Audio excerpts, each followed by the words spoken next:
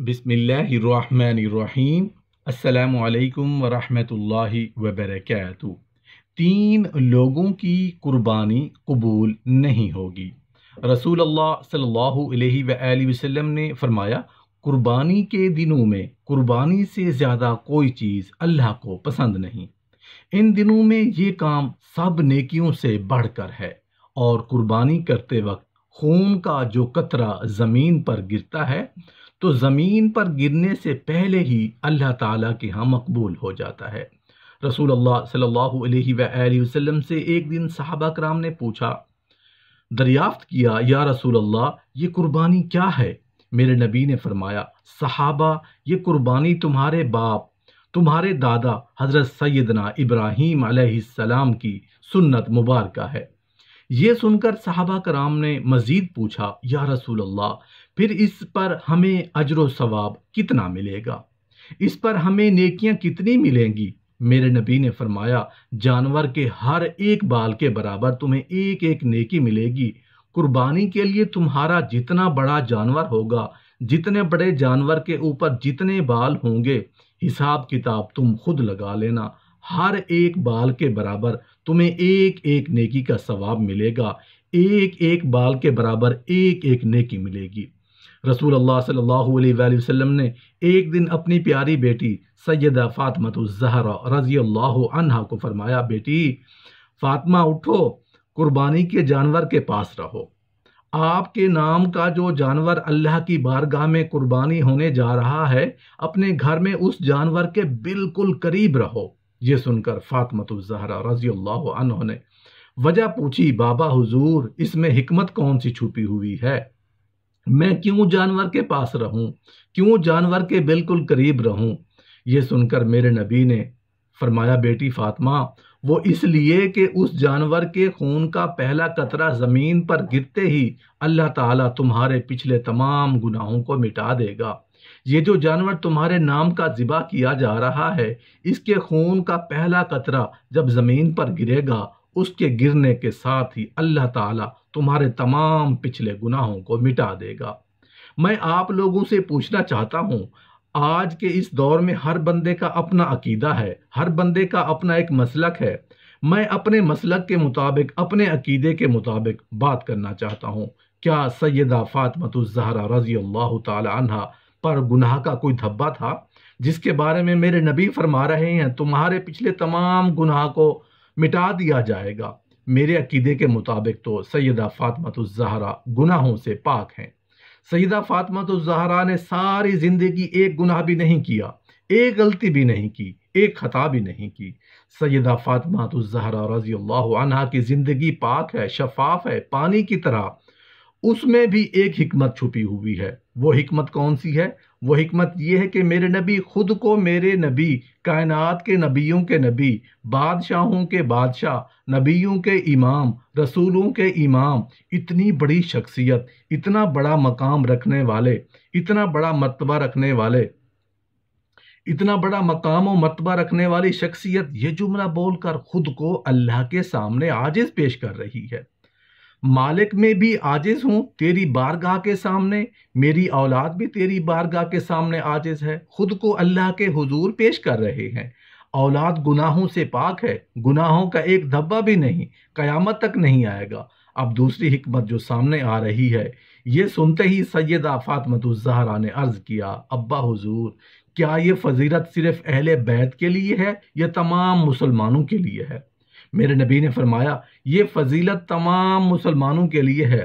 رسول اللہ صلی اللہ علیہ وآلہ وسلم نے فرمایا، جو شخص صاحب استطاعت ہونے کے باوجود بھی، قربانی کرنے کی گنجائش رکھنے کے باوجود بھی، اگر وہ قربانی نہیں کرتا، مال بھی ہے، دولت بھی ہے، پیسہ بھی ہے، سب کچھ ہے، پھر بھی اگر وہ قربانی نہیں کرتا تو وہ ہماری عیدگاہ میں نہ آئے۔ حضرت سیدنا امام جعفر صادق رضی اللہ عنہ لوگوں کو واعظ و نصیحت فرما رہے تھے، درس قرآن دے رہے تھے، قربانی کی فضیلت اور قربانی کے مسائل بیان فرما رہے تھے۔ اتنے میں آپ نے فرمایا، لوگوں ہر ایک مسلمان کی قربانی قبول ہو جاتی ہے، دنیا میں رہنے والے ہر ایک گناہ گار، بدکار، سیاہ کار کی قربانی اللہ تعالیٰ قبول فرما لیتا ہے، مگر سنو، دنیا میں 3 بدقسمت لوگ ایسے رہتے ہیں جن کی نہ تو قربانی قبول ہوتی ہے، نہ تو حج قبول ہوتا ہے، اور نہ ہی نماز قبول ہوتی ہے۔ لوگوں نے پوچھا حضرت آخر وہ بدقسمت لوگ کون کون سے ہیں؟ وہ 3 بدقسمت لوگ کون کون ہیں جن کی قربانی قبول نہیں ہوتی؟ آپ بھی دل کے کانوں سے سنیں، آخر وہ 3 بدقسمت لوگ کون ہیں؟ فرمایا نمبر 1، شرک کرنے والا۔ اللہ اکبر! شرک کرنے والے کا کوئی بھی عمل قبول نہیں ہوتا، نہ نماز قبول ہوتی ہے، نہ حج قبول ہوتا ہے، نہ ہی تو قربانی قبول ہوتی ہے۔ شرک کیا ہے؟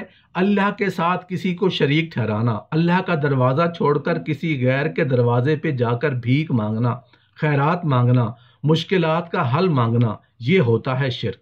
ایسا کرنے والے لوگ بہت بڑا گناہ کر رہے ہیں، اتنا بڑا گناہ کر رہے ہیں کہ ان نادان لوگوں کو پتہ بھی نہیں کہ کتنا بڑا گناہ کر رہے ہیں۔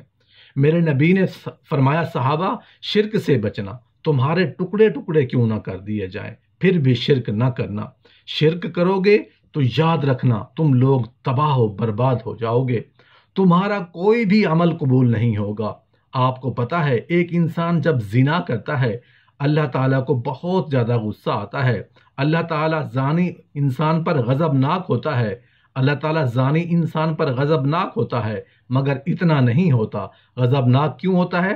مومن جب زنا کر رہا ہوتا ہے اس وقت ایمان سے خالی ہو جاتا ہے، مومن جب چوری کر رہا ہوتا ہے ایمان سے خالی ہو جاتا ہے، اس لیے اللہ تعالیٰ غضبناک ہوتا ہے۔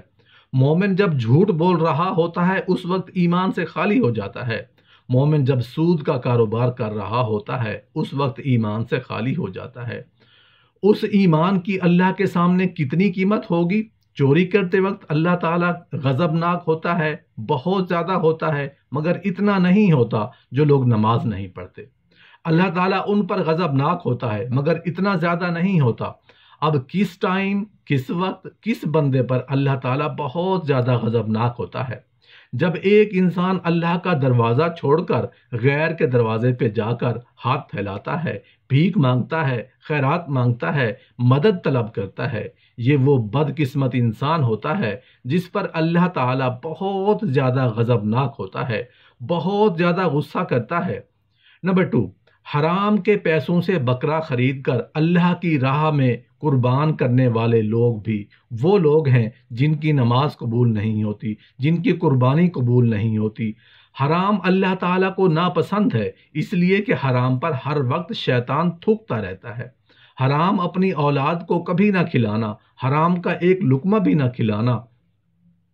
حرام تمہاری اولاد کی آنکھوں سے حیا چھین لے گا، حرام تمہاری اولاد کی آنکھوں سے شرم و حیا چھین لے گا، تمہاری اولاد کو بے حیا بنا ڈالے گا، تمہاری اولاد کو بے غیرت بنا ڈالے گا۔ 3، سود کا کاروبار کرنے والے لوگ، سود کا بزنس کرنے والے لوگ، مجبور انسان کو 1000 روپیہ دے کر 1200 وصول کرنے والے لوگ۔ فرمایا ان 3 لوگوں کے علاوہ گناہگار ہو، بدکار ہو، سیاہکار ہو، مسلمان ہو، کلمہ پڑھنے والا ہو، ہر ایک انسان کی قربانی قبول ہو جاتی ہے۔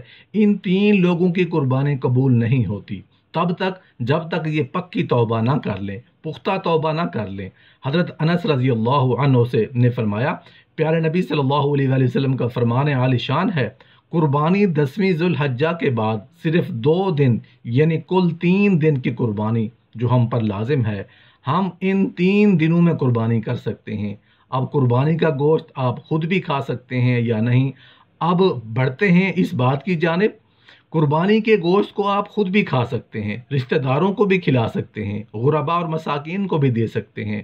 علماء کرام نے بعض آثار کی وجہ سے تحریر کیا کہ اگر گوشت کے 3 حصے کر لیے جائیں تو بہتر ہے 1 حصہ اپنے لیے، دوسرا حصہ رشتہ داروں کے لیے اور تیسرا حصہ غرباء اور مساکین کے لیے۔